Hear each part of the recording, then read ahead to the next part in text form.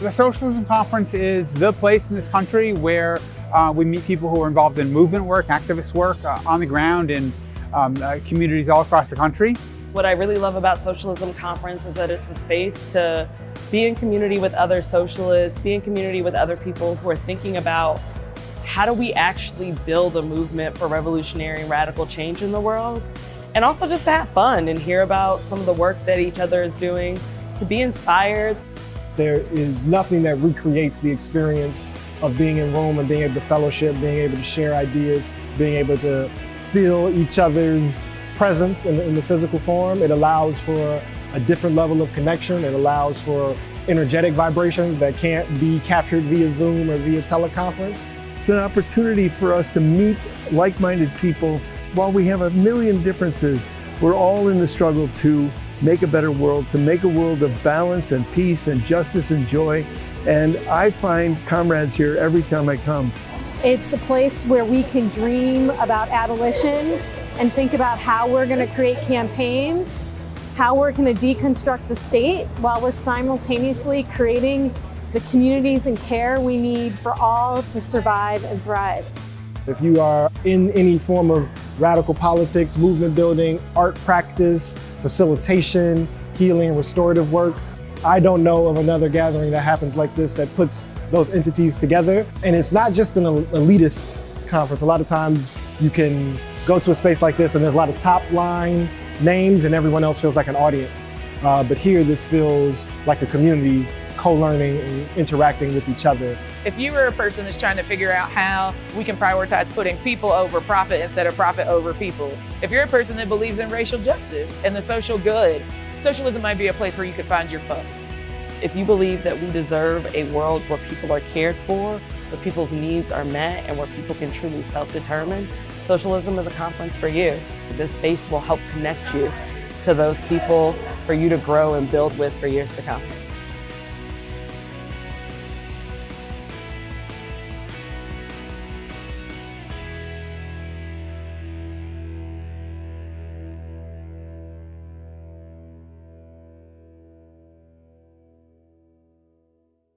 I don't understand how we can ultimately dismantle any of it if we don't stick to a intensely radical politics.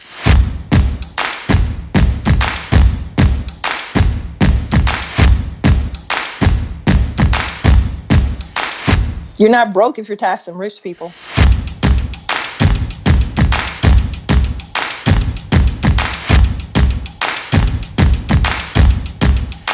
We break production for profit and we replace it by production for need.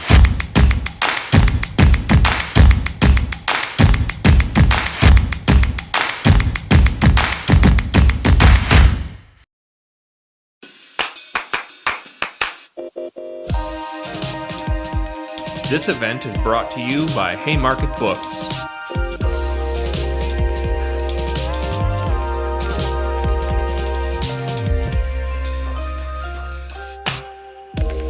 Now more than ever, it is critical to support independent publishers, independent bookstores, and independent voices. There are two ways you can do this today. First, by buying books from Haymarket at haymarketbooks.org. And secondly, by joining the Haymarket Book Club. The following event will be recorded and shared afterwards on the Haymarket Books YouTube channel. Please subscribe to the channel, like this video now, and share it with as many people as possible. If you like this event, be sure to catch these upcoming events in Haymarket's live stream series.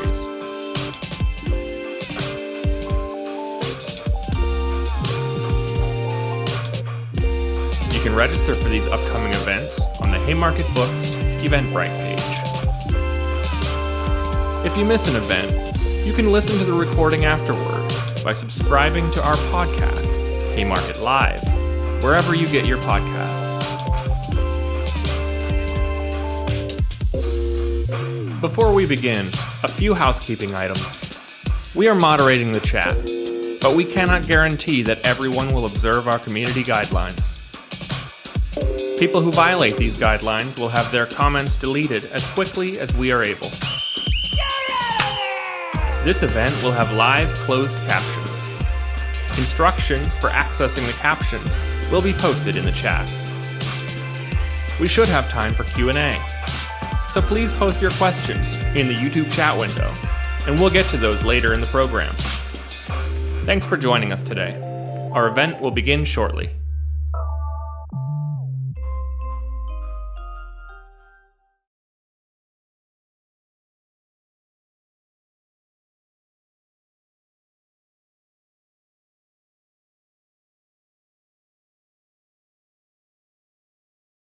Thank you so much, everyone, for tuning in today. My name is Olivia Catby, and I am the North America coordinator for the Palestinian-led boycott, divestment, and sanctions movement. We are 10 months into the Israeli genocide of Palestinians. Israel has killed at least 40,000 Palestinians. The true death toll is likely much higher than that. The leading medical journal, The Lancet, estimates that 186,000 people could be the true death toll soon, and there's no end in sight to the Israeli aggression. This genocide is only possible because of the support Israel receives from the international community at large, especially Western countries and especially the United States, where I am. The Palestinian boycott, divestment, and sanctions movement was founded in 2005. This is a movement that is modeled off of other civil rights struggles, including the South African anti-apartheid movement, where international boycotts, divestment, and sanctions helped to build the pressure that eventually led to the fall of apartheid. A central component of the South African anti-apartheid movement was cultural and sports boycotts, as well as sanctions, just like the Palestinian-led BDS movement. And part of sanctions includes banning Israel from international bodies, including the Olympics and FIFA. The Olympics opening ceremony for the 2024 Paris Summer Olympics took place last week, and Israel was right there on a boat with two other countries as if everything were normal. And that's what we call sports washing. Everything is not normal. Israel is committing the most documented genocide in history, and they should not be allowed to participate in such events as if they are a normal country.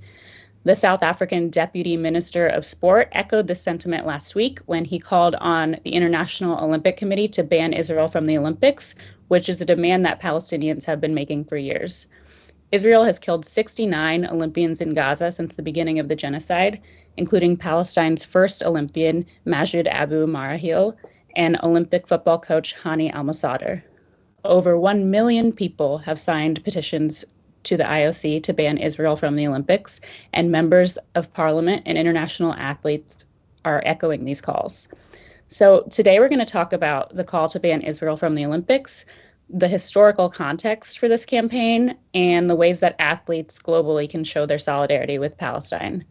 I'm joined by our panelists, Hanna Barakat, Jules Boykoff, and Jesse Joseph. Hanna Barakat is a Palestinian-American sprinter from Anabta, Palestine. She was one of five Palestinians selected to represent Palestine at the 2020 Tokyo Olympics, where she competed in the 100-meter sprint and set the national record for Palestine. She has represented Palestine at the Arab Athletics Championships in Tunisia in 2021 and 2022 World Championships in Oregon. Hanna holds the Palestinian national record in the 200-meter and 400-meter sprints. Off the track, Hanna is a Brown University graduate and human-computer interaction researcher studying digital harm, bias, and crowdsourced information networks in Palestine. Jules Boykoff is the author of 6 books on the Olympics, most recently, What Are the Olympics For? He teaches political science at Pacific University in Oregon and is on the ground in Paris writing about the politics of the Olympics with Dave Zirin at The Nation. Jesse Joseph is a distance running athlete who recently competed at the U.S. Olympic Trials Marathon, where he organized with other athletes to carry Palestinian flags across the finish line in support of a free Palestine and an end to the Gaza genocide. He is also an active member of the Democratic Socialists of America. So I have questions that are specifically directed at each of you, but if I've asked a question to someone else and you also want to chime in, please feel free to do so. So I want to start with Jules as our Olympics expert here to sort of ground us in the context. Can you talk about the history of how politically charged the Olympics are and, the organizing and activism that has happened around the Olympics previously and why it's such a site of struggle? Well, as you said, Olivia, I'm coming to you from Paris, France during these Olympics that, in my estimation as a scholar, are some of the most politically charged Olympics that we've seen in decades. But, the Olympics have been political from the very beginning. In fact, I would argue that Olympics are politics by other means. And if you look at the founding of the Olympics, I think it helps crystallize some of the ways in which the Olympics are supremely political. If you go back to the 1890s, there was an aristocrat named Baron Pierre de Coubertin, this plucky Frenchman that was tremendously disappointed that French got drubbed in the Franco-Prussian War of 1870 and 1871. And so he came up with a plan, and that was to burnish the flabby youth of France by making them do sports and getting them involved in sports. So it was just a way to get healthy, but it was also a way to prepare for war. And that was sort of one of the internal contradictions that the Baron got right in the games from the beginning. Now, the Baron was a basket of isms. He was involved in classism, he was involved in sexism, and certainly racism as well. Now, the Baron, he was a baron, he was an aristocrat. And the beginning of the Olympics were set aside for men of leisure like him. It was meant for people who were not working. In the early days of the Olympics, if you were a bricklayer, a grape picker, an artisan, you were automatically considered a professional and thus excluded from the games. Well, guess what? That left the field wide open for the Baron and his ilk. And in fact, the Baron actually won a medal for poetry at the 1912 Olympics in Stockholm. They used to give awards for poetry. Yes, he wrote under a fake name, but the judges seemed to know exactly who they were giving the award to. So classism was baked into the Olympics from the beginning. There was also sexism. The Baron really just wanted men to participate in sports, and he was very clear about that. In fact, he said that if women were to participate in the games, it was to place the laurels on the heads of the victorious champion men and maybe produce some baby boys that might one day grow up and become an Olympian. So he was a full-throttle sexist all the way until the end of his life in the 1930s.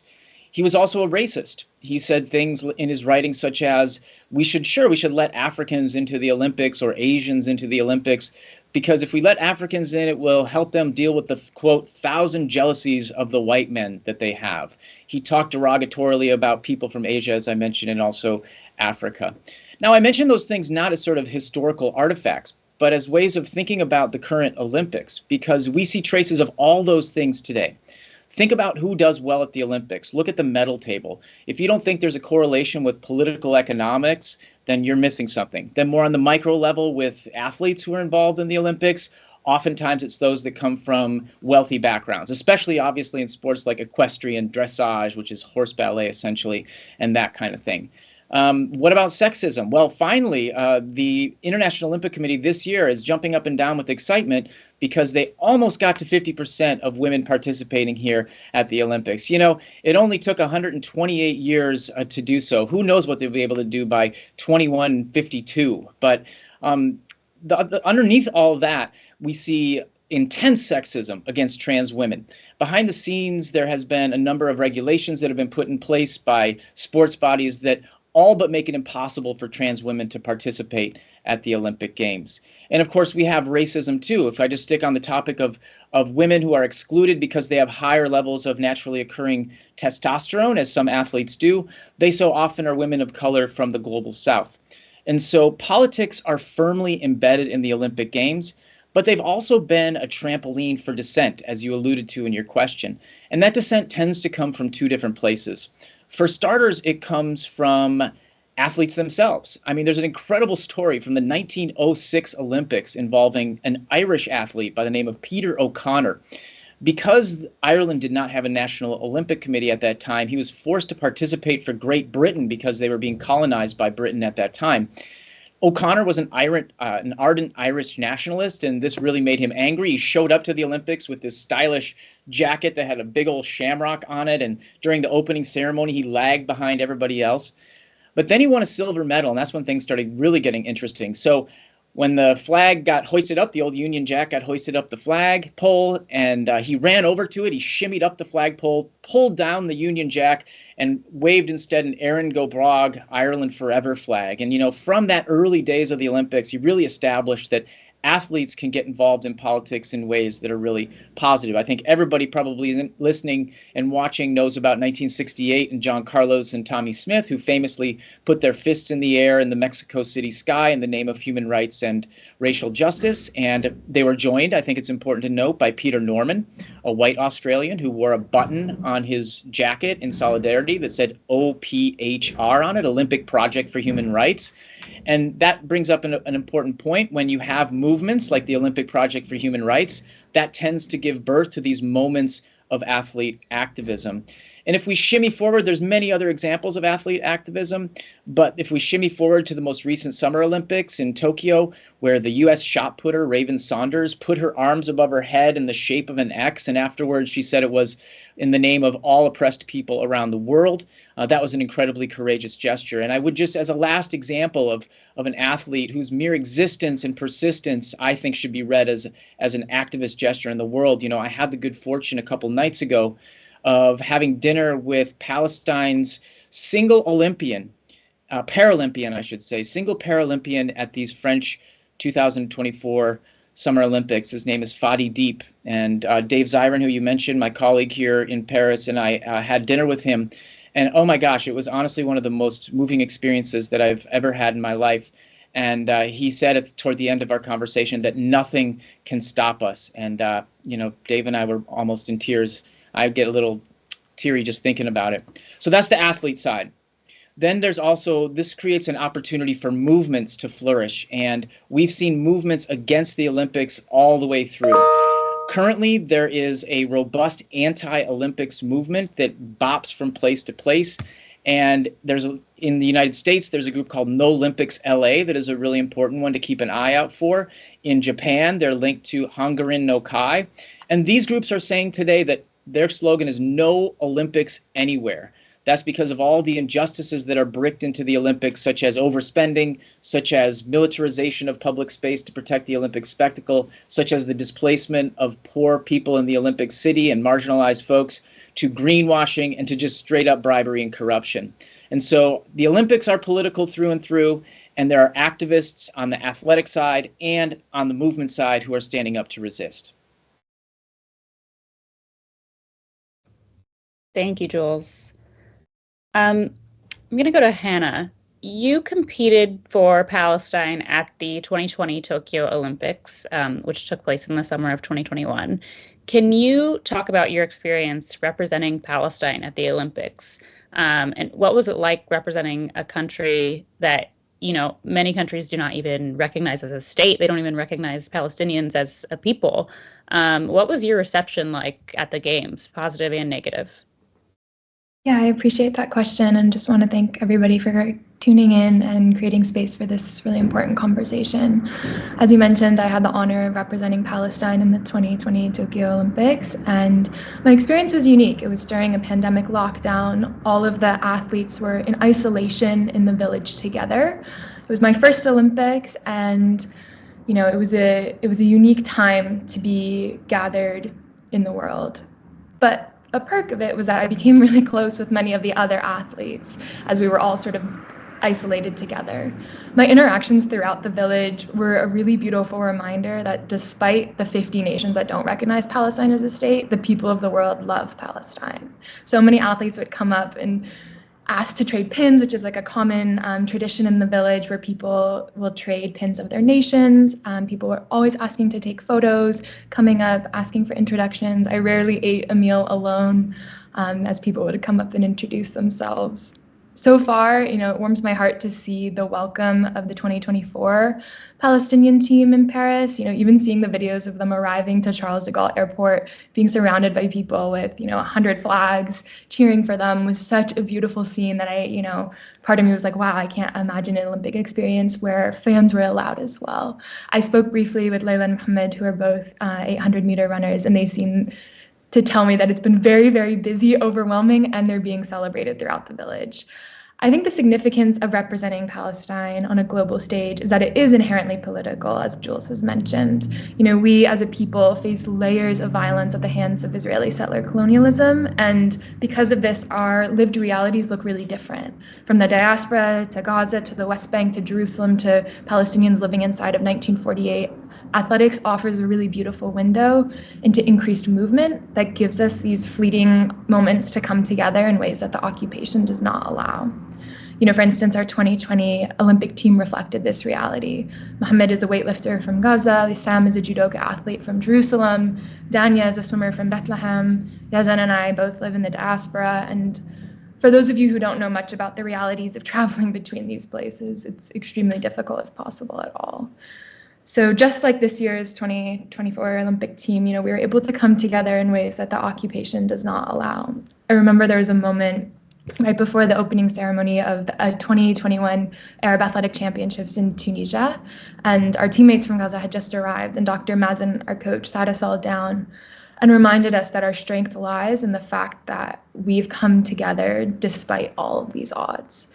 It's moments like these that we understand the collective power of what it means to be an athlete representing Palestine. I want to also highlight that some of the other really rewarding parts of my experience during the Olympics occurred from the connections I made outside of the village, where I received messages from people all over the world, many of whom were Palestinian athletes, in Canada, Malaysia, Brazil, Chile, all asking how they too could represent Palestine in their respective, sports or arts, asking to get connected with people in Palestine as well as the Olympic Committee. And honestly, the legacy of being able to create those connections really speaks to the pride that we, specifically in the diaspora, all feel of being Palestinian, as many of us are exiled from our homeland. We're told the Olympics are apolitical time and time again, but we know they don't operate in a vacuum, as Jules has outlined. In my experience, even just moving through the Olympic Village is a microcosm of the world. The way space is laid out. For instance, at the Tokyo Olympics, Team USA, UK, Australia are waterfront with sponsors, cafes, their own fitness areas, tons of additional merchandise. And the smaller nations like Palestine are in dorms in the back near the exit. Japan, as well as France, doesn't recognize Palestine as a state. So wearing the flag around the village raised eyes, but also is a testament to the pride that we all feel. There's a really disruptive power in being a lone individual wearing the Palestinian flag as the entire world is watching. And it's a hard feeling to try to translate into words, but I really felt it leading up to the 100-meter race. So for those of you who aren't familiar, the 100-meter race is the shortest sprint in the Olympics. It's like 9 to 10 seconds, and there's zero room for error. All of this is to say it's extremely nerve-wracking. And oddly, leading up to my race, it was the calmest I have ever been pre-race. And I think it was knowing that my presence, taking up space in lane 5 with the words Palestine across my chest was really an affirmation that this race was so much bigger than me or my individual performance. It's the symbolic weight of representing Palestine on the largest athletic stage, removed the individual pressure that we as athletes sort of feel to perform, and knowing that I was representing something so much bigger than myself allowed me to run a personal best and a national record that day. I just want to highlight that, my experience is also just mine, and the other Palestinian athletes in their respective sports can speak to their own, but I just wanted to say, there's a real beautiful disruptive power that is united as these athletes all come together in these fleeting moments that the occupation doesn't allow. Thanks, Hannah. I remember watching you compete during those Olympics, and that was the first time I realized, I didn't know they let Palestine have a team. That's so cool. It was really powerful.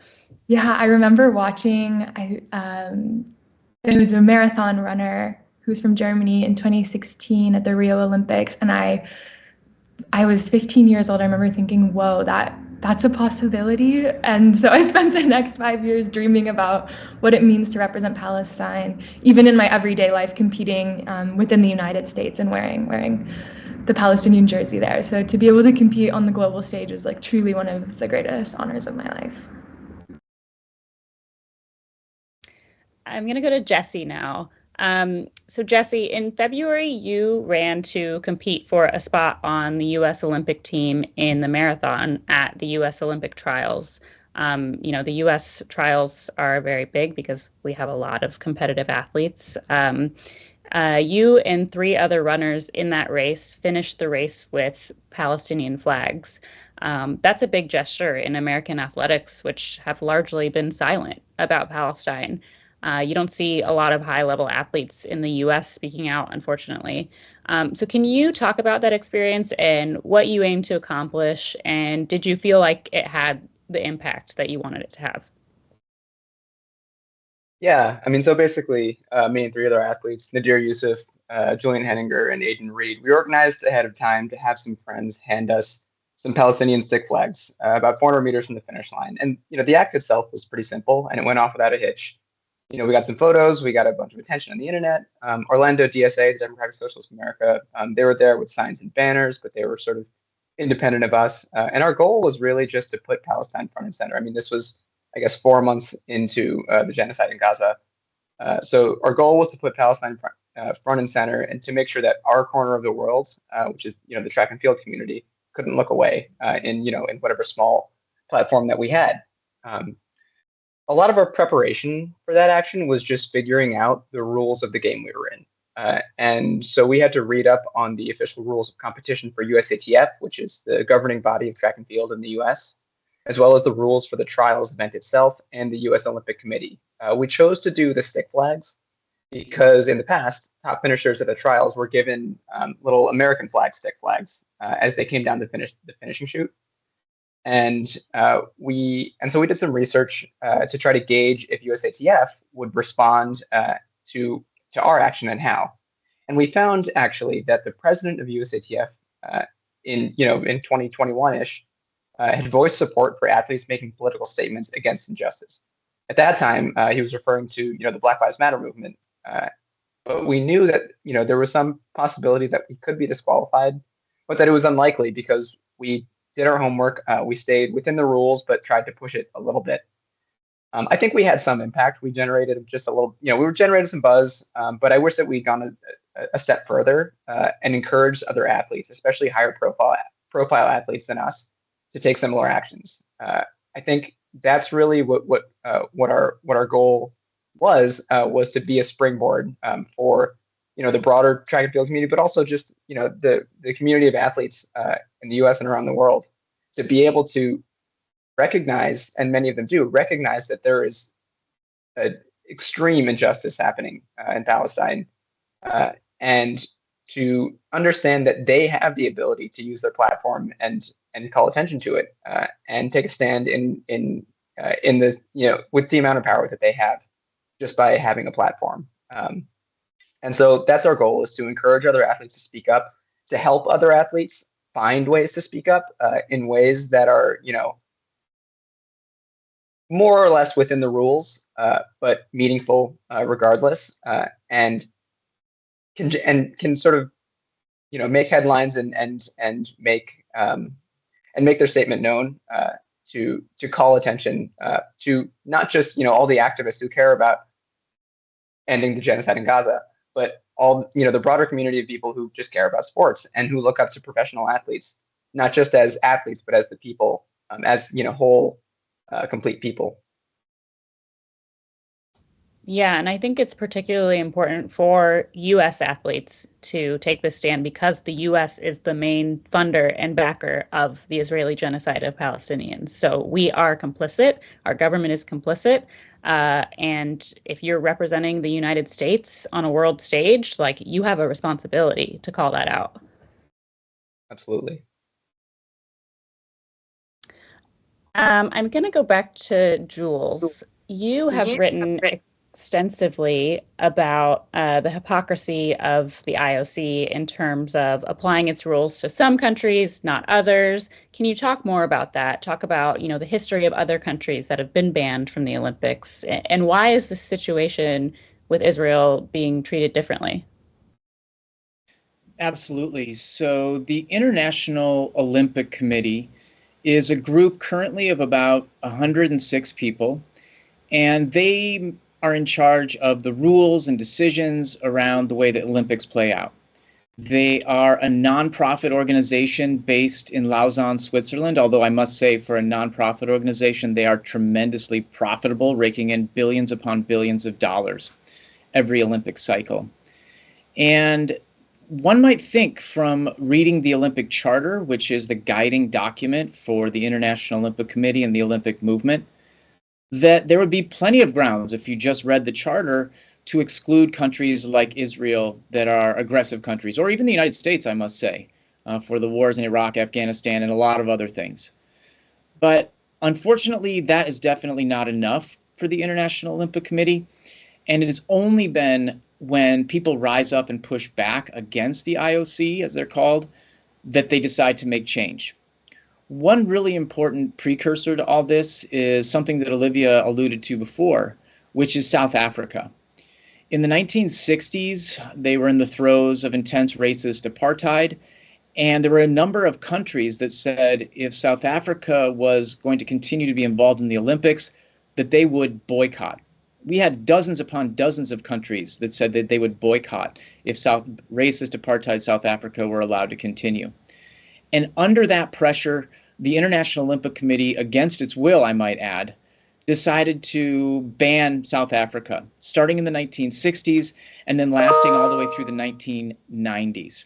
And so about 30 years they were banned from the Olympic Games until the rise of Nelson Mandela to power, and then they were allowed back in the Olympic gate.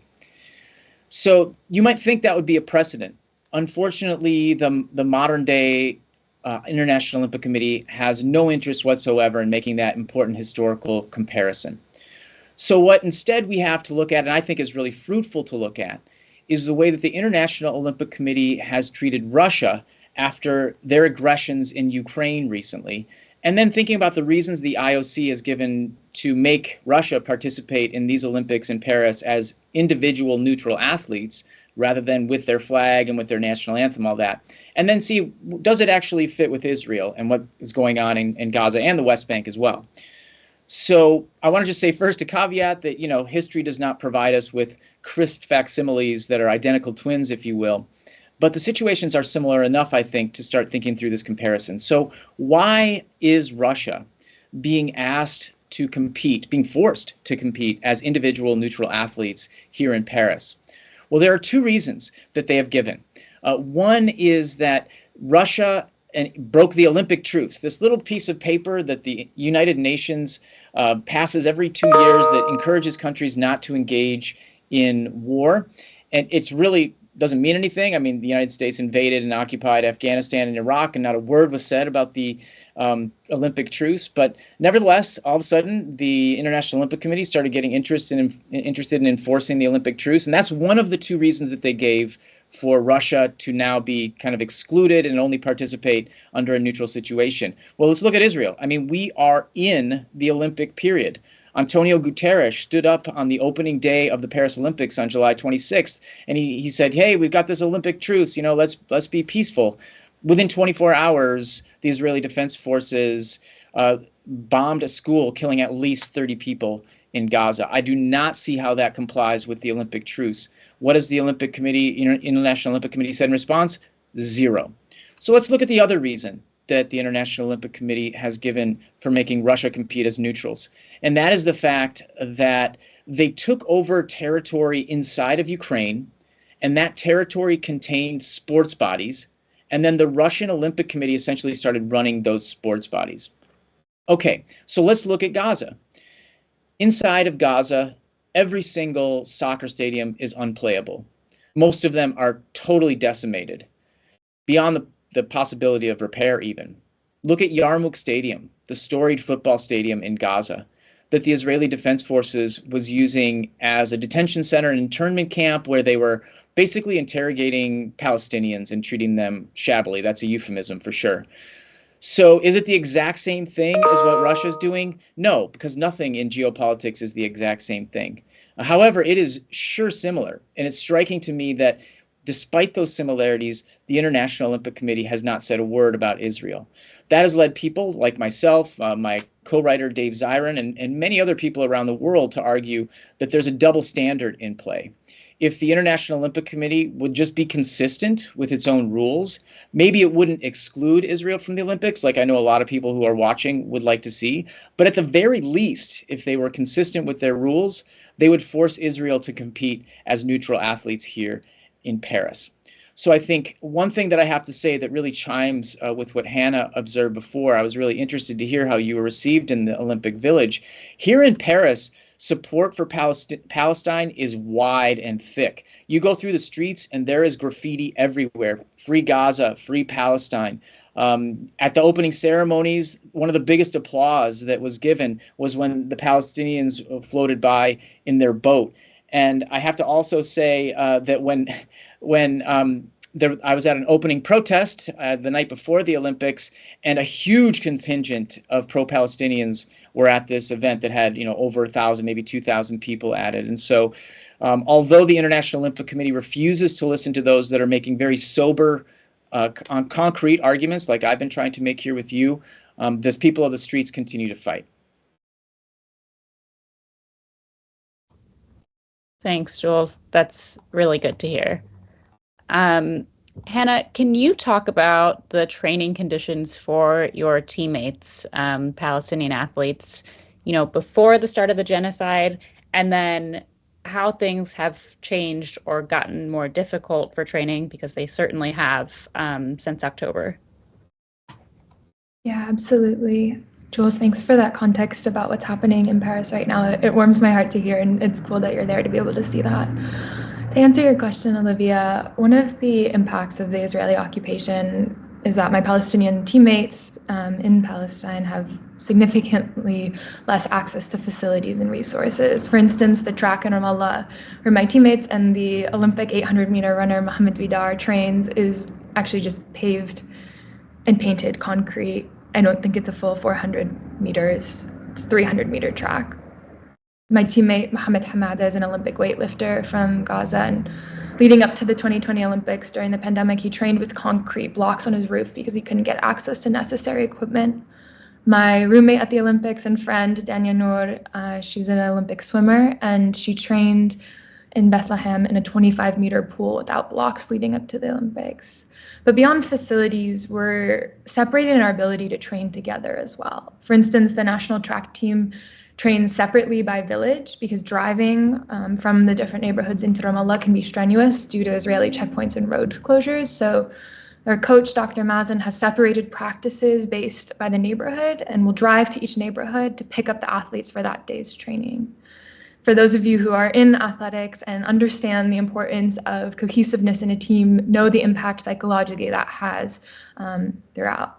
But beyond villages that are neighboring, our training conditions are fragmented more broadly throughout Palestine. For instance, two of my teammates, Mohammed and Wissam, are both 800-meter runners, and despite being on the same team, same age, training for the same race, living only 65 miles away from another, they're never able to train together. On Friday, Mohammed will run the 800-meter in Paris, and on July 10th, my teammate, Wassim Abazaib, was murdered by the IDF in Khan Yunis. The horrors of bearing witness to the ongoing murders of our teammates, coaches, friends, and family, and still being expected to compete speaks to the pride and steadfastness that Palestinians have always embodied. Over the last 9 months, Israel has killed over 400 athletes, 69 Olympians, and as Olivia mentioned, an estimated 186,000 lives. Among these, specifically within the track community, beyond Wassim, we've seen the death of Majid Abu Marahil, who's the first Olympic runner and representative of Palestine at the 1996 Games, who passed due to lack of access to medicine. Coach Bilal Saman is a 30-year-old cross-country runner and national team coach who died in December when helping rescue people from the rubble, and another bomb was hit and he passed. Mohamed Hatib is a referee who traveled with us on the national team to Tunis. The strength coach, Mohammed Shakar Safi, also was murdered. The former president of the Palestinian Athletic Federation, Dr. Nabil Abu Mohammed. The list goes on. And beyond the unimaginable loss of these precious lives, we have also bared witness to the destruction of most of the sports infrastructure in Gaza. As Jules mentioned, Yarmouk Stadium, where my teammates once trained, is a detention center where Palestinian men and children were subjected to harassment. The ability to train is non-existent as people are fighting for their lives. This year, my teammate Mohamed Hamada was set on making Paris Olympics, but he suffered from weight loss and struggled with maintaining his weight due to the scarcity of food and was not able to make the team, but he's set on 2028 LA. As the genocide continues almost 300 days in, I just want to name that I, like many of you, are bearing witness to these atrocities from the screens of our phones and how we're disassociated and decontextualized from the everyday horrors that we don't see, so many of which go beyond training. The lack of sleep, the smell of sewage, the heat, the constant noise of drones, the flies. I'm speaking from my experience that's shared with me through my teammates, and we know these are only fragments of the lived reality. The testament of the 8 athletes who are competing, this week and next week in Paris are literally holding the world on their shoulders as everyone watches, and the ability to persevere in the face of so much trauma and death and loss of life is a testament to our resiliency. So I'll pause there and say, the training conditions are very bleak. However, seeing these 8 Olympians is really a beacon of hope that we have not really felt for a while in the past 9 months. I'd like to add something there, maybe just to. So a story that a lot of people in the track and field world to pay attention to is Yaroslava Mahuchik is a Ukrainian high jumper, probably the favorite for the gold medal this year, and Ukraine this year has a lot of in Ukraine for years, and that's very sad. My heart goes out to her. But one thing that we never see is that, and she's trained outside of Ukraine for all that time and has had success. But one thing you'll never see is that Palestinian athletes can't really train in Palestine, as Hanna has just told us, but also can't leave, right? And in many cases can't leave and have no ability to go to work around the labyrinthine system that Israel has imposed on them to be able to participate in their sport in any meaningful way. And so I think that difference is really stark. The sort of the coverage and sympathy we see for the Ukrainian athletes, which again, I feel for them, and just the total, lack of coverage for Palestinian athletes facing the same and worse. Definitely. And it's something that's been really frustrating, the lack of coverage and also the lack of other athletes who are willing to say something about it. And, that leads me to my next question, which was for you, Jesse, but anyone else can feel free to jump in as well. For those who don't know, Jesse and I are married. And so Jesse and I have been kind of trying to work together on ways to brainstorm to get other athletes to speak out. We're kind of insular in the track and field world, but athletes are pretty accessible these days with social media. And it's been really difficult to get anyone to commit to say anything publicly, even if we know they support Palestine. Some athletes have signed on to an Athletes for Ceasefire statement, but that was like pulling teeth to even get those signatures. Why do you think that is? What are they afraid of? I think there are a lot of reasons, and it depends really on the athlete and the sport. Let's be honest, things look pretty different if you're an NBA player in the US versus another Olympic sport that doesn't get as much attention, or there's less money in the sport, even track and field. So in the big money sports, there's this idea that you have to shut up and dribble, that the fan bases don't want to hear what athletes have to say. But that's, we've seen that that's been contested in the past decade, especially between NBA players wearing Black Lives Matter warm-ups and Colin Kaepernick with his kneeling protest. There's a million examples. And for all the people for all the fans who say that these players need to shut up and dribble, there is just as many people who care about what and I'm talking to athletes, I hope you're out there, what you have to say. So you should say it. People look up to you not just as athletes, but as people. And if you can collaborate with other players and speak as a group, you get more impact and more protection against backlash. For other sports, especially Olympic sports that don't get as much attention or sponsorship and marketing dollars, the game is a little different. In an individualized sport like track and field, people are worried about picking up sponsorships, and honestly, many of those sponsorships don't pay that well. So athletes are they're worried about staying marketable so that they can pick up sponsors. I have a friend who's one of the fastest unsponsored middle distance runners in the US, and she said the hardest thing that you have to do is to be both an athlete and a social media influencer. But I want to point out that there are athletes who are politically outspoken and they have sponsorships. My friend Ahmed Mohammed posts on his Instagram story all the time in support of Palestine. And he's sponsored by Hoka, and he's made multiple world teams in cross country and road running. And of course, Nikki Hiltz, sponsored by Lululemon, has a massive following, not just because they're the US champion of the 1500, but also because they're outspoken about trans justice. So they've developed a following both in the sport and outside of it. And even if Nike and Adidas are wary about sponsoring you or anybody who wants to make a statement, there are sponsors out there who will see your stances and beliefs as an asset because they make the fans see you as a complete person that they can relate to, not just as an athlete robot. And then there are sports with even fewer sponsorship dollars. I saw recently that Flavor Flav is sponsoring the U.S. women's water polo team because they're all working multiple jobs just to support themselves so they can train. And, I support all you unsponsored athletes out there. I know it's really hard. I'm not exactly at your caliber, but I'm out there training 100 miles a week and working a day job. And I wish you the best. But honestly, what do you have to lose? If you care, join a contingent of other athletes and make a statement because people will remember you for making a statement. And honestly, it's hard for anybody to remember all of us, athletes outside of the big three, football, baseball, basketball. I'll close just by saying I know a lot of you athletes out there see the slaughter that is happening in Gaza and want to do something or say something. But aside from being discouraged, you're also maybe unsure of what to say or how to say it. And you're worried about staying in your lane. You're worried that you're not knowledgeable enough. Just reach out. Please reach out to Olivia or me, or there are organizations in whatever city you play in that will help you with crafting statements and finding targets. And we'll get into that later about a little bit about BDS campaigning, but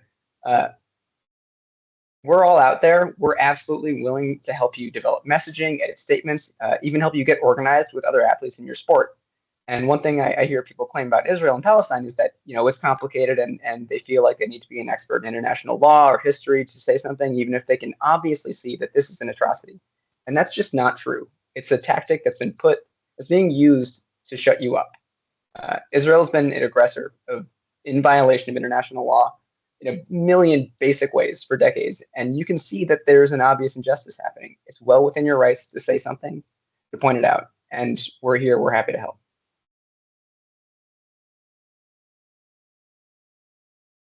Thanks, Jesse. Just if Hannah and Jules have anything to add to that, why you think, athletes are so hesitant about speaking out, even if, they support Palestine broadly.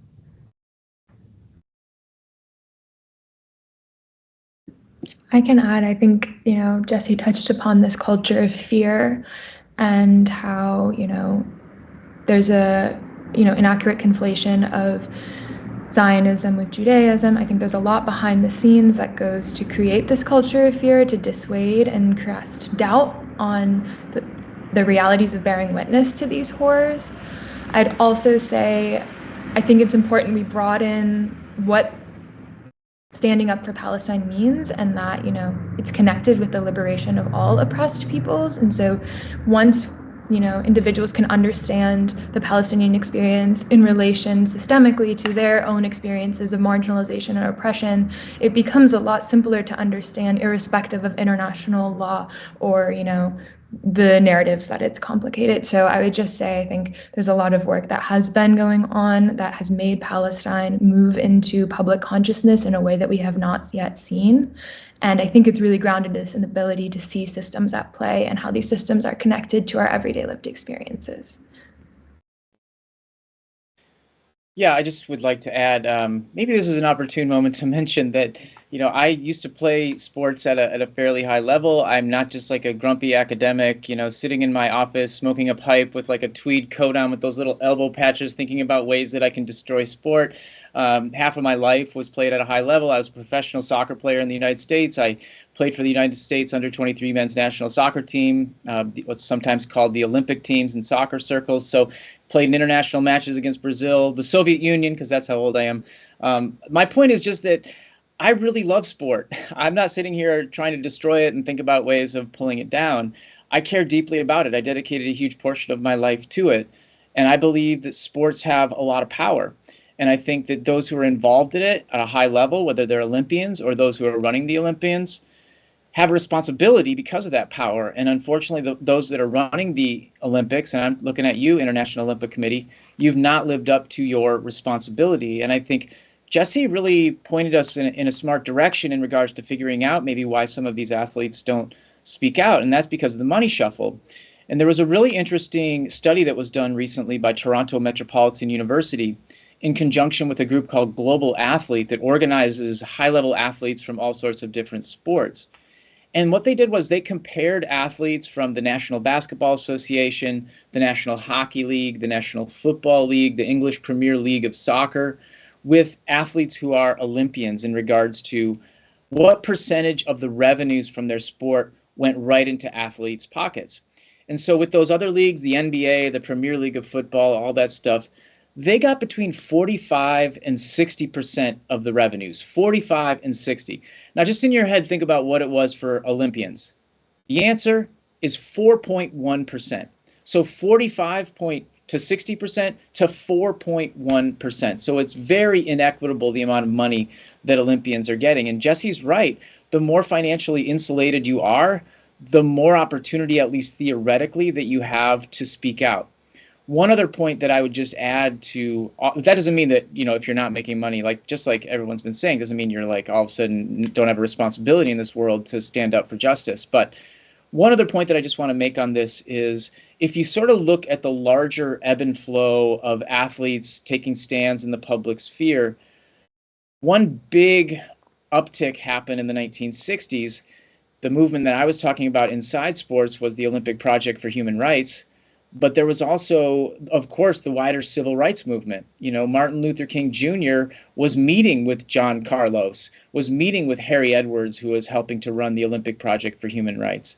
So what I'm suggesting is that when you have vibrant social movements outside of sports, it essentially scythes space for athletes to have the courage and also the support to stand up inside of sports. In other words, what you could say is movements, vibrant social movements make space for athlete activist moments. And hey, if you look at the 1980s and 90s, movements weren't quite as strong as they were in the 60s and as they are today. Now, I don't want to be disrespectful to the thousands and thousands and thousands of activists who took to the streets in the 80s and 90s. Hey, I was with you. I'm fighting against South Africa. That was when I was in college. So, I'm not disrespecting anybody from that time period. But look, during that time period, it was a little bit of an ebb, and you didn't have as many athletes. You had athletes like Mahmoud Abdul-Rauf, who was a basketball player, refused in the NBA to stand up for the national anthem.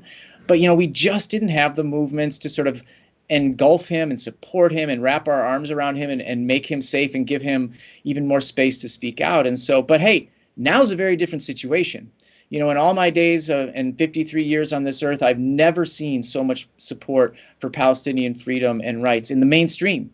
And so it just seems like an incredibly propitious moment to push ever harder for Palestinian justice in the context of sport.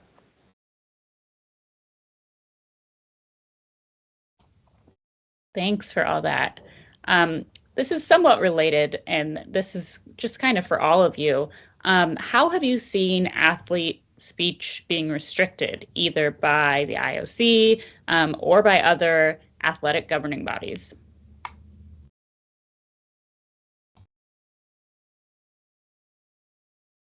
Maybe I can start, and I think you both can jump in because you have direct experience with it. But for the IOC and for the Olympics, IOC Rule 50 is the rule that sort of decides what athletes are and aren't allowed to say. And they've made some I don't even remember the most recent updates to it, but there is a set of guidelines for what athletes can and can't do regarding making political statements. And that rule was created in response to if I understand correctly, the iconic image of John Carlos and Tommie Smith making the Black Power fist at the 1968 Olympics. That rule has gone through some changes, and it has become more restrictive, from what I understand. So now, athletes can't make statements or visual displays during the opening ceremony, during competition, in the Olympic Village, and are basically restricted under threat of punishment to using their own social media or press outside of the Olympic Village, and that does leave space for athletes to do something. And maybe, and Liv, I know you've done a bunch of research about the most recent iteration of that rule, and might be able to speak to some of the specific details. But it is, the IOC wants to pretend that nothing is happening in the world except having fun playing sports, and we all know that's not true. And we have an opportunity to speak out about it, but you do have to be prepared. You got to do your homework and play, toe the line a little bit. And I did see someone, I think it was Canadian Sport for Palestine, they said, remember also that some of the most powerful protests are the ones that break the rules. So if there are athletes willing to, blatantly violate the rules, the world would remember that for sure. Jules and Hannah? Yeah, I can just add, I'm curious to hear what Jules says from more of a historical context, as it's shifted throughout the advent of social media and people having individual platforms. But we know that as has been mentioned in the call today, the IOC benefits from this image that athletics are apolitical, this image of like a neutral free space, attracts sponsors, attracts certain stakeholders, and the upkeep of a reputation of impartiality is central to its mission. I think we see instances where different nations have boycotted at an individual level playing against Israeli athletes. I'm thinking of Algerian judoka player in 2020 who faced a 10-year ban after drawing a match against an Israeli athlete and refusing to play. We also saw FIFA stripping Indonesia's, I think it was the U20 World Cup hosting rights after they refused to host Israel for a tournament. So I think these acts really work to create a culture of fear where these individuals are publicly condemned, and the idea is that it reverberates through the other athletic communities. But Jules, I'm curious to hear some of the historical context around that as well. Absolutely. So, Rule 50 really is a great place to center this conversation. And as Jesse indicated, it's a fairly new rule, like last 50 years or so.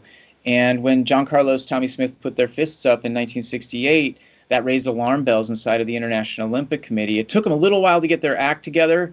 And it wasn't until 1972 when there were two other athletes who won medals in track and field for the United States, Vincent Matthews and Wayne Collette. And they did something really interesting in 1972 at the Munich Olympics. First of all, they both stood on the same platform, so they refused to hierarchize each other. They broke the protocols that way. And second, they looked wholly disinterested in the process when the national anthem was happening. They didn't put their fists up in the air, but they just kind of looked, slightly bored. One of them spun their medal on their finger, and then they walked off in kind of a nonchalant way. Well, my goodness, didn't the IOC come down on those guys? First of all, banned them for life. Banned these guys for life. It wasn't for 50 years later that after a long bit of fighting from people inside and outside sport that they finally had that ban lifted. This is in the last couple years. And then they go on to make this Rule 50, which makes it so that you can't engage in political protest or make religious statements inside of Olympic venues, quote, or other areas. Well, first of all, or other areas, that is extraordinarily capacious, and it could apply to just about anything. Now, as you mentioned, Jesse, this got loosened up a little bit in around the Tokyo Olympics that you were at, Hannah, where they said that athletes could protest like ahead of the game. You could take a knee for racial justice before the match started. And I would just note, it didn't happen randomly. It's because there was this rise in athlete activism. It was because there was this rise in movements in the streets. And it was then and only then that the IOC started to change its rule. So they offered a few places where you could protest, but one of the places where it was still verboten, just as you said, was on the field of play during the match, and then also on the medal stand. And yet, as I mentioned earlier, Raven Saunders, the U.S. shot putter who won silver at the Tokyo Olympics, put her hands up in the air like that in a clear gesture of defiance for and in favor of all oppressed people around the globe. And awesome violation of the law, clear violation of Rule 50. What did the International Olympic Committee do? Did they come down on them like they did with Matthews and Collette or with Smith, Carlos? Nah, they just kind of looked the other way. Now, on one hand, I'm like, good, thank goodness they looked the other way. They didn't throw the book at her. I'm glad to hear that. That would have been really stressful for her. On the other hand, I would just say that this points to the capriciousness of the International Olympic Committee. They kind of just do what they want to do. They oversee the most widespread yet least accountable sport infrastructure in the world.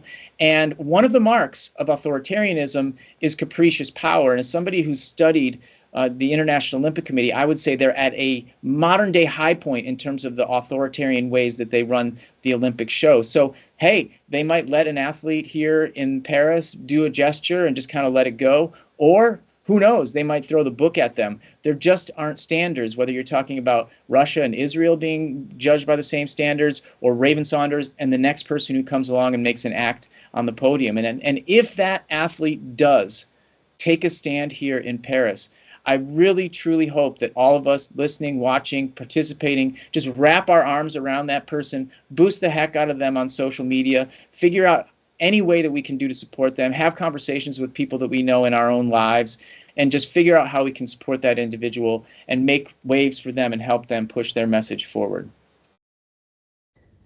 Yeah, thanks for that, Jules. I think that also speaks to just how much work the movement against police violence and movement for racial justice has done, where Raven Saunders felt that she was okay to, knowingly do something in violation of the rules and probably wasn't going to be punished, because that took years and years of activists in the streets mainstreaming the movement for racial justice, the Black Lives Matter movement, the huge, massive protests we saw after the killing of George Floyd helped create that space for her to do that. And that's why it's important for us as the Palestine movement to continue to speak up, to support our athletes who are speaking up, and sort of create that space for them to feel like they're protected.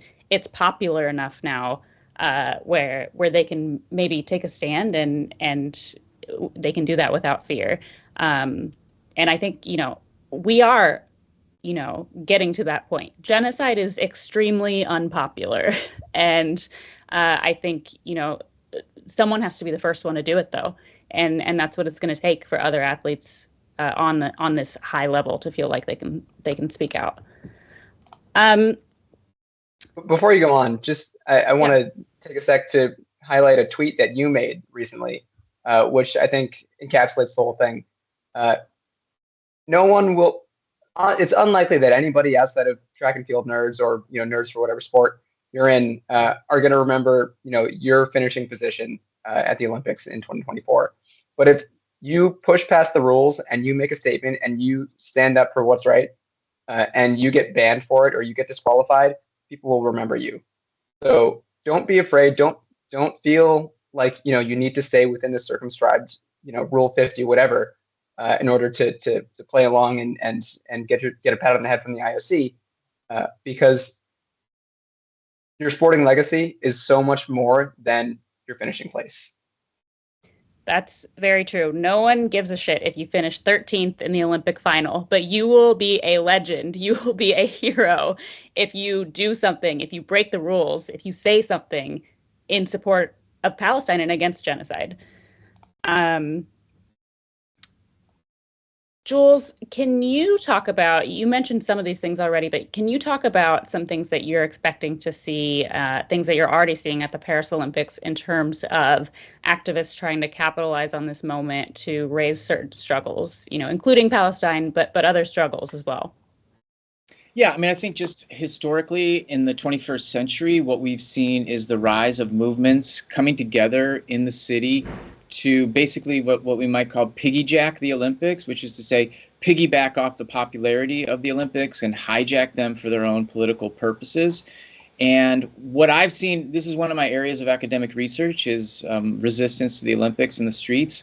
And what I've noticed over the years is when the Olympic juggernaut rolls into your city, what happens is you have all these activists that are working on these different issues, whether it's housing justice, whether it's fiscal use of public money, whether it is policing issues and trying to control police violence, whether it is environmental issues, or whether just basic corruption issues.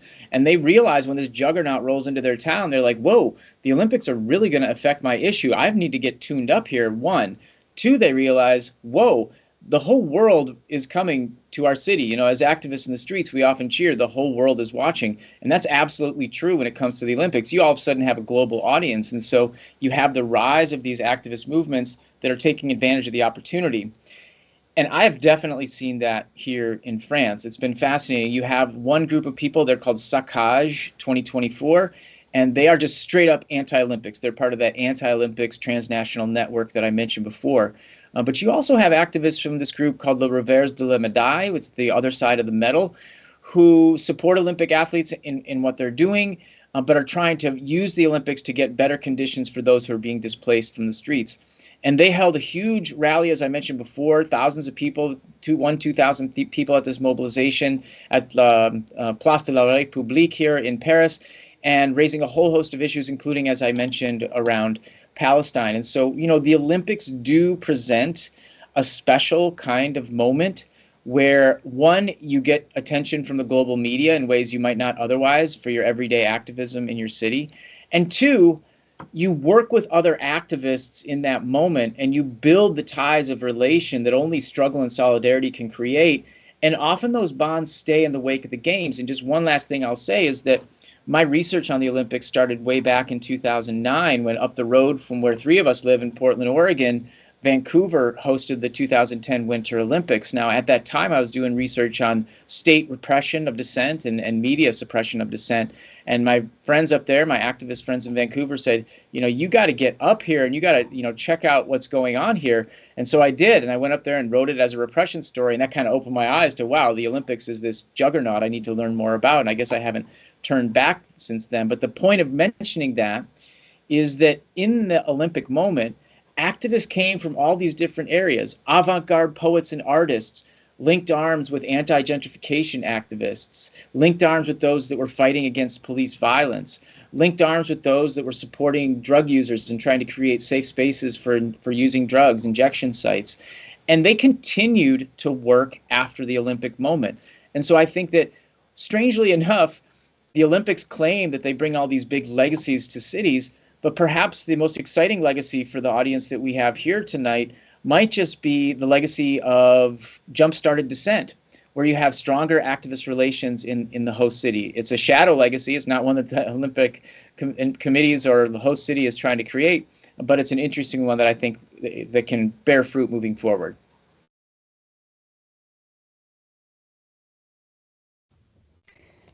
Hanna, what kind of response are you hoping to see from the broader world in reaction to Palestinian athletes being on the world stage in Paris this year? Yeah, I think three words come to mind. The first is inspired, the second is angry, and the third is focused. I think thinking about inspiration, I think the Palestinian athletic presence really highlights the weight that they carry. Each one of their journeys has been an uphill battle. Leading up to the Olympics, there's been a lot behind the scenes of whether or not they were able to go, whether or not some of them were able to travel, whether or not, the international white cards would be approved, and if so, for what race.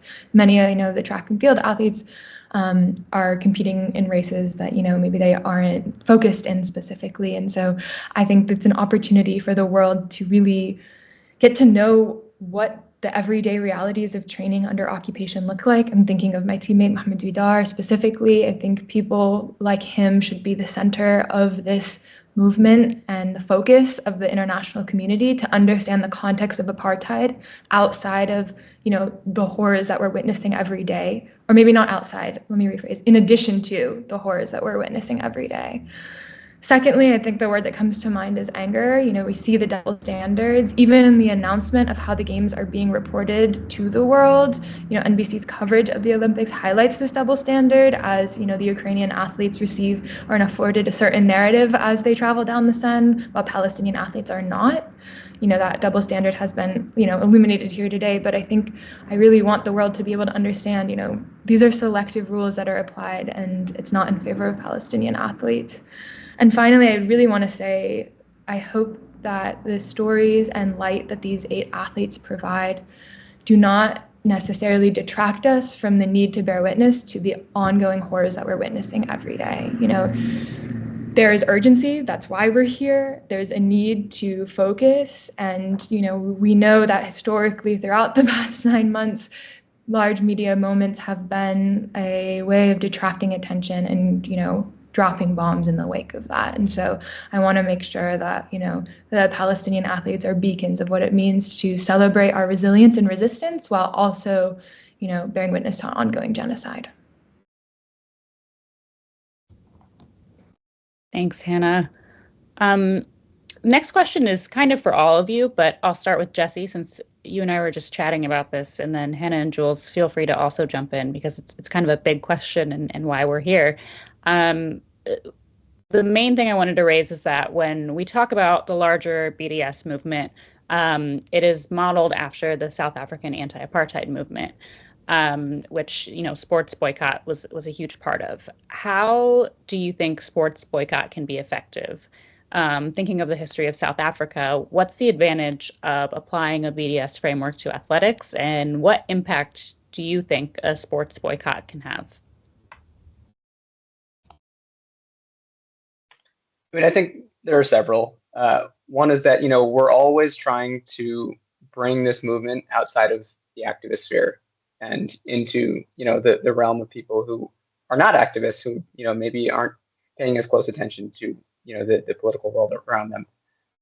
And sports boycotts are a great way to do that. Or organizing within sport is a great way to do that because people see sport, right? It is just, one of the foundations of our shared culture, globally, nationally, whatever. And the Olympics are a great way to do that, or a great place for that, because part of this, international boycott movement is to point out that allowing Israel into, national body or international bodies and international forums like FIFA and like the Olympics, as if they're just a regular country doing regular things, is abhorrent, and I think it really highlights how empty sort of a lot of our imagined rhetoric around or imagined ideals around sport are, about sport bringing people together, being a uniting force, tearing down the walls of difference and discrimination, and allowing people to compete in healthy ways.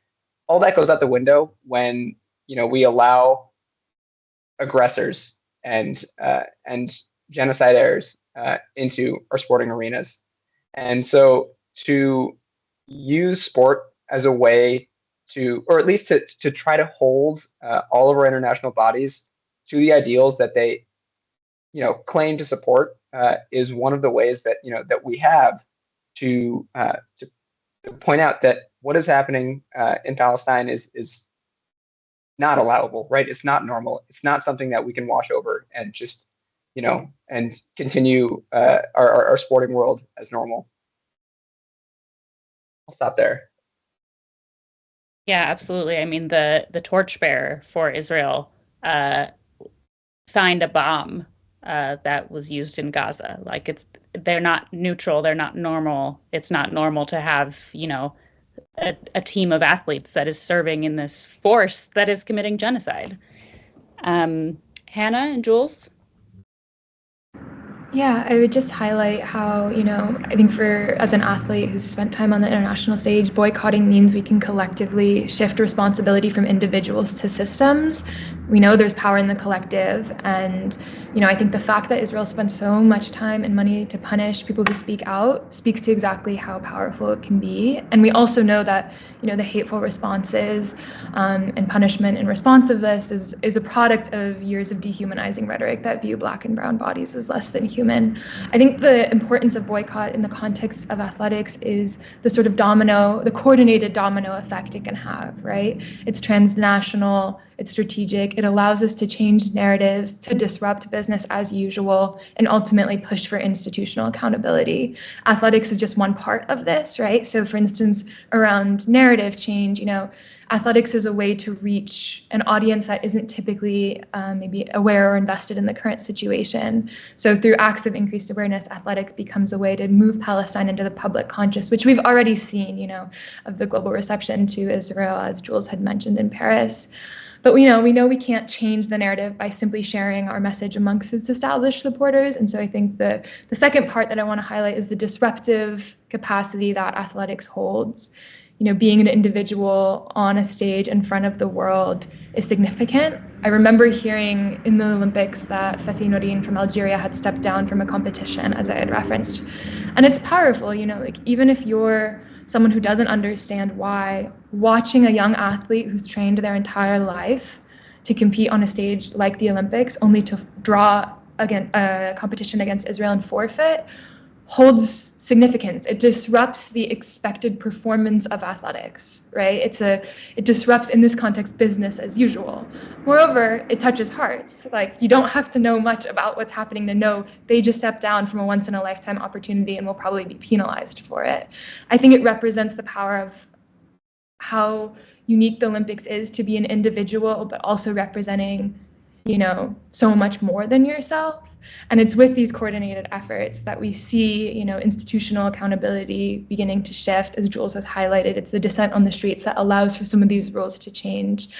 Yeah, so I would just say, I think from athletics is a key role in sort of highlighting the interconnected nature of why boycott is important, to shift public perception, focus attention on, the context outside of athletics, because it doesn't operate in a bubble, and also create financial disincentives, which ultimately, adds the most pressure to some of these organizations.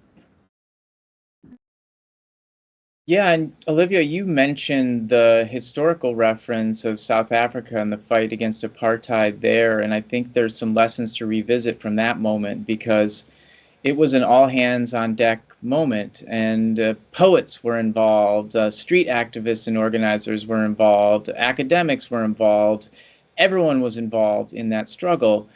And poets were particularly interesting. There's a poet in South Africa named Dennis Brutus who was integrally involved in the fight against apartheid through sport.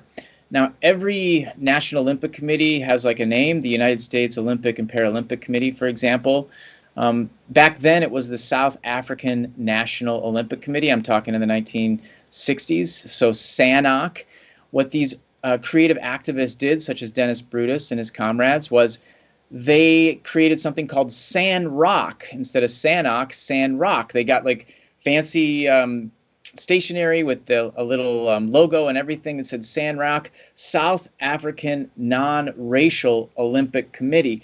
And wow, did they bombard the International Olympic Committee with letters breaking down the specific provisions of the International Olympic Committee's Olympic Charter that were being violated. They sent individual letters to individual members of the International Olympic Committee. I know that because I found a bunch of them in the archives of the International Olympic Committee when I was doing archival research. They were relentless from that angle.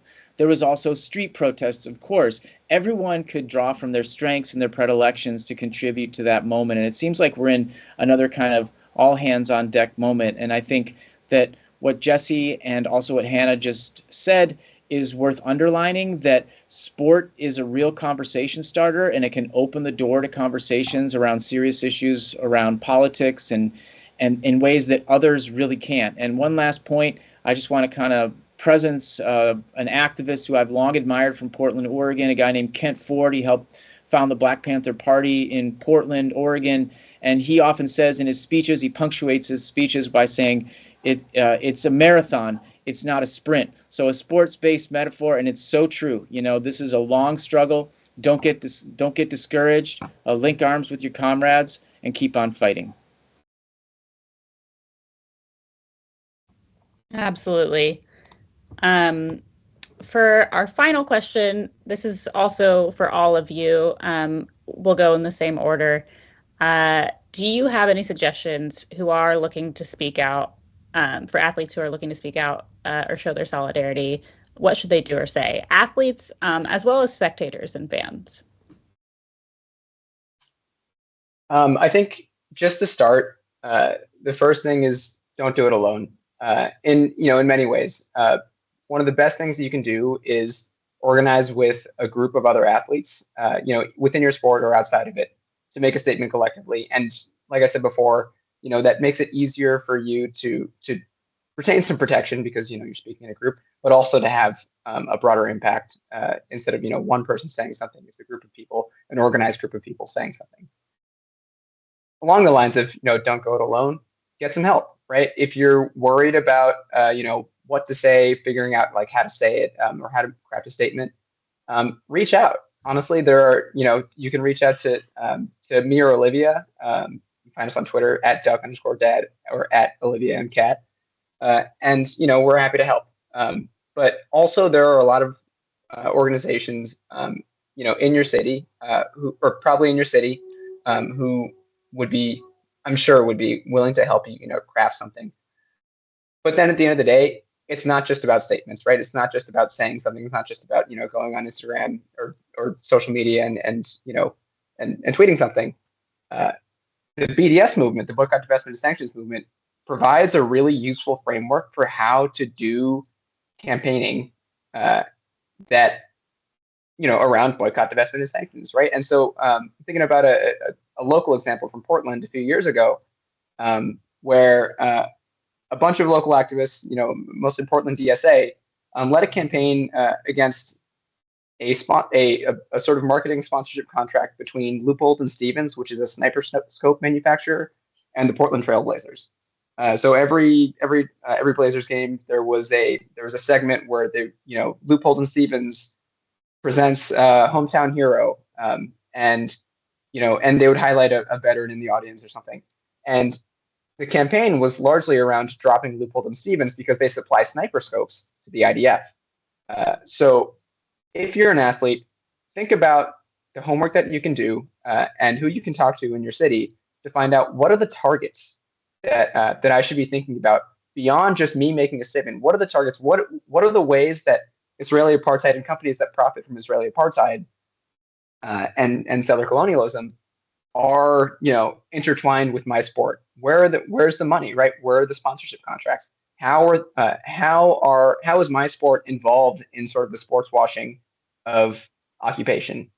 And that's a really great place to start. There are a lot of resources out there, and local organizations are really the place to go to find what are the companies that I should care about right here.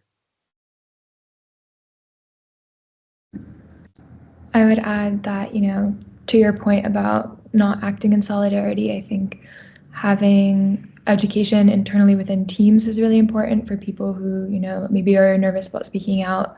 Talking to your teammates, creating those spaces of what it means, what they represent, allows for some of these organized efforts to happen. People see the power in numbers. And so in addition to reaching out maybe to organizations externally, I think you may find a lot more in common with your current teammates, and acting together as a single body, I think, is important. I'd say for athletes in Paris specifically, wearing keffiyeh or having a Palestinian pin or flag around is important, just to show support and make the Palestinians there also know that these are people that you can trust and go up to. I think that's important in my own experience, moving through the village, encounters with Israeli athletes did really make me feel unsafe. And so to wear a keffiyeh or show a pin goes a long way in knowing, the safety that's not being provided externally from the IOC. I'd also say, support the athletes who are in Palestine as well. I think there's a bunch of wonderful efforts that, are happening there. And if, maybe you don't understand the international global political context, but your sport and you care about, people living under occupation, there's a bunch of really wonderful organizations that you can amplify, such as the Gaza Sunbirds, even the national teams that are organizing under really, really harsh conditions right now. So that's a great way to reach out to existing organizations that should be amplified. Additionally, there's obviously petitions, as Olivia mentioned. There's the Athletes for Ceasefire petition with a lot of really large names on it as well, which sort of provides sort of like a nice cluster of large notable voices that are standing with Palestine. And additionally, if you have a platform, I would say continue to post about what's happening in Palestine alongside the Olympic content to create, the dichotomy of that so many of us are living in consistently, right? Going about normal when it's so not. And also to keep our attention focused on what's happening. For the fans, I would say show up for Palestinian athletes competing, make your voice heard as you've been doing. Those are just some ideas off the top of my head. Just to add, I think it really is important to do your homework, do your reading, and then create a power map of kind of who your targets should be. What can you actually achieve as an athlete? I'm talking about. And I've had the good fortune of having over the years numerous athletes reach out to me, like Olympic level athletes, kind of behind the scenes. And so if anyone of that caliber is listening now, just want you to know that I would be happy to have private, totally discreet conversations behind the scene, which I've done numerous times in the past. I'm happy to try to help personally in any way that I can. But if it's not me, just reach out to trusted people who you can speak your truth to and know that they won't judge you. And I think that's just absolutely vital. And finally, organize. Athletes are only going to gain power and thus the ability to speak out as one if they organize. And so look into groups that are unionizing in your sport. Talk to the group that I mentioned before, Global Athlete. See what kind of resources that they can impart to you, because it's really difficult to do these kind of things alone. And you really need other people. So figure out who that is. And if I can, of course, help in any way, I'm more than happy to do so. Thanks for that. Yeah, I will just add to close out. Over 1 million people have signed petitions to the IOC, to FIFA, calling on Israel to be banned. You can find some of those petitions on the BDS movement's website. Like Jesse said, this is also something that you can organize for on a local level. Just another example in Portland with our NBA team, they sometimes have exhibition games against Israeli teams. So organizing against things like that. And I want to clarify that the BDS movement, we don't call for boycotts of individuals or individual athletes just because they happen to be Israeli. We call for a boycott of athletes and of teams when they're representing the Israeli state, which is what the Israeli national team is. All of their athletes are representing the Israeli state. All of the teams that are part of Israeli national leagues, they are representing the Israeli state. And, we're calling for a boycott of that. That's part of the sports boycott. There are NBA and NFL teams that are often invited to go on propaganda tours of Israel. I just saw that the Raptors were invited. I think it was the Raptors. The Celtics also were invited to go on a tour of Israel. So this is something that fans can organize around too, and to stop the sports washing of Israeli apartheid, occupation, and genocide. So yeah, thank you guys all so much for joining today. Really looking forward to seeing the Palestinian team compete at the Olympics this year.